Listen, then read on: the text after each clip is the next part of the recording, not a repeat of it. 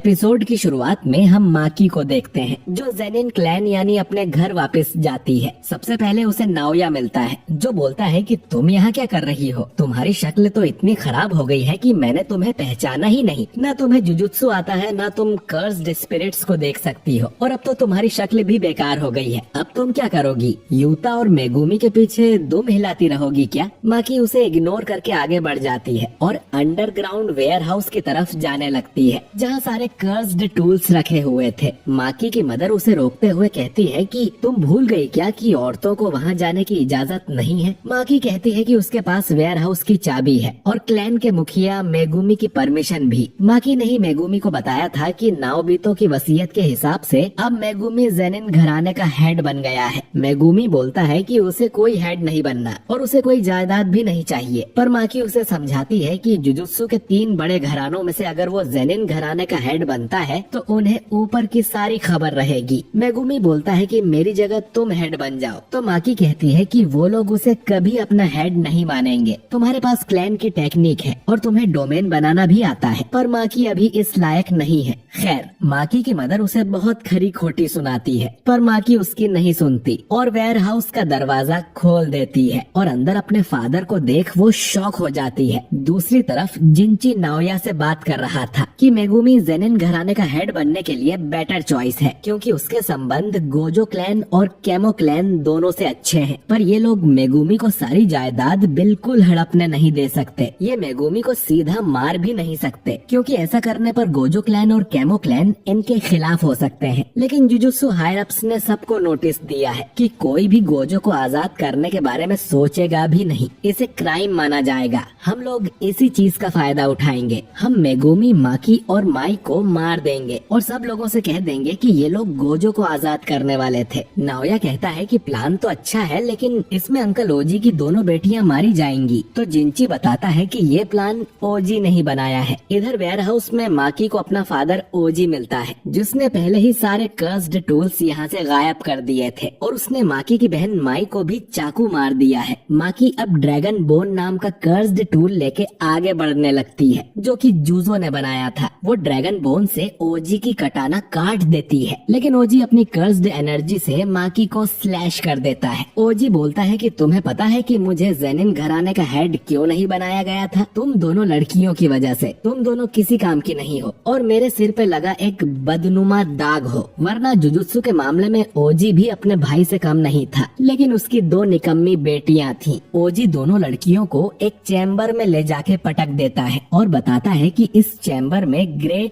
2 और उससे नीचे के कर्स्ड स्पिरिट्स भरी हुई हैं, जो कि जल्द ही तुम्हें खा जाएंगे। फिर वो इन्हें अलविदा कहकर यहाँ से चला जाता है। माई रेंगते हुए माकी के पास आती है और देखती है कि उसके दिल की धड़कन अब भी चल रही थी। फिर वो माकी का मुंह खोलकर उसे अपनी सांसें देने लगती है। माकी की आंखें एक ड्रीम जैसी जगह में खुलती हैं, जैसे उसे किसी ने डूबने से बचा लिया हो। माई अपनी कर्स्ड एनर्जी से कुछ भी बना सकती है और उसके अंदर कर्स्ड एनर्जी इतनी कम है कि वो दिन भर में बस एक बुलेट ही बना पाती है। माई माकी से कहती है कि वो उसे कुछ बना के देगी, लेकिन इसमें उसकी जान चली जाएगी। माकी को कुछ समझ नहीं आता और वो माई को रुकने बोलती है। माई अब बताती है कि उन दोनों का जुड़वा होना ही माकी की कमजोरी का कारण है। माकी के पास हेवनली रेस्ट्रिक्शन तो है, लेकिन फिर भी वो कभी तोजी जितनी पावरफुल नहीं बन सकती क्योंकि जुजुत्सु की दुनिया में जुड़वा लोगों को एक इंसान ही माना जाता है। क्योंकि माई के पास कर्स्ड टेक्निक है, इसीलिए माकी को हेवनली रेस्ट्रिक्शन का पूरा फायदा नहीं मिल रहा है। लेकिन अगर माई मर गई तो अपने साथ वो अपनी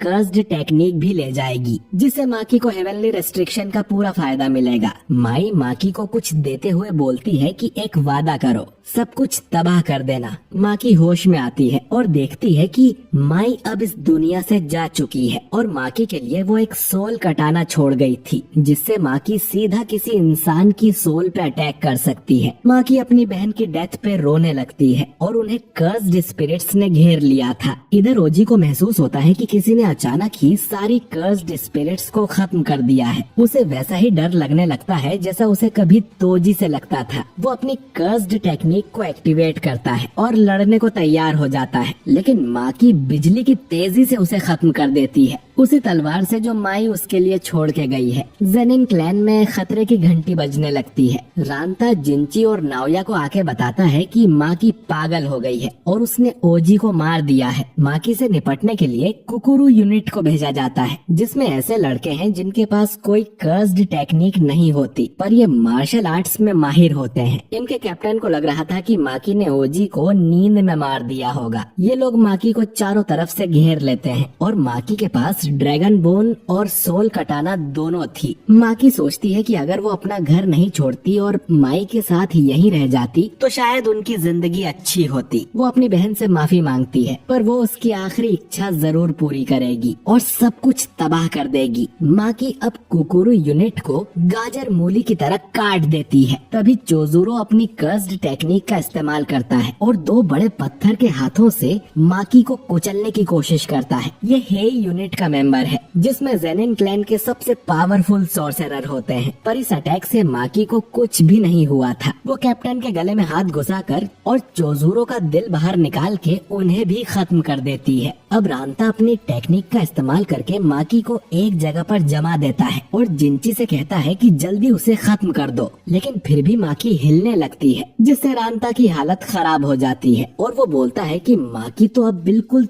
तोजी जितनी पावरफुल हो गई है। तोजी चाहता तो जेनिन क्लैन का सफाया कर सकता था, लेकिन अगर उन्होंने माकी को नहीं रोका तो ये जरूर उनका खात्मा कर देगी। जिंची अब अपना अटैक करता है और आसमान से ढेर सारे पंचेस माकी के ऊपर गिराता है, जिससे यहाँ बड़ा धमाका होता है। रांता को लगता है कि वो लोग जीत गए, पर घायल होने की वजह से वो जिंदा नहीं बचता। पर हम देखते हैं कि माकी तो बिल्कुल ठीक थी। उसके हाथ में जिंची था, जिसे वो नदी में बहा देती है। नाओया ये देख बोलता है कि तुम्हारे सीने में दिल नहीं है क्या? तो माकी बोलती है कि नहीं, माई अपने साथ उसके दिल को भी ले गई है। नाओया जब छोटा था तभी से उसकी बहुत तारीफें होती थी और सबको पता था कि बड़े होके यही जेनिन क्लैन का हेड बनेगा। वो तोजी के बारे में भी सुना करता था कि वो एक लूजर है जिसके पास कोई कर्स्ड एनर्जी नहीं है। नाओया भी ऐसे लूजर की शक्ल देखना चाहता था, लेकिन जब उसने तोजी को पहली बार देखा तो उसका शरीर कांप गया था। अब माकी भी तोजी जितनी पावरफुल हो गई है और उसने जेनिन क्लैन का सफाया कर दिया है। बस नाओया ही बाकी रह गया है। नाओया माकी पर सुपर स्पीड से अटैक कर देता है और वो उसके मूवमेंट्स को गिनने लगती है। नाओया कहता है कि कमजोर को ताकतवर के बारे में हमेशा पता होना चाहिए। तोजी को अगर सच में किसी ने समझा है तो वो मैं हूँ और गोजो, लेकिन तुम तोजी नहीं हो। वो अपनी सुपर स्पीड से माकी को मारता ही रहता है और वो अपनी स्पीड बढ़ाते ही जा रहा था और वो सुपरसोनिक स्पीड से माकी पर अटैक करने वाला था, जिससे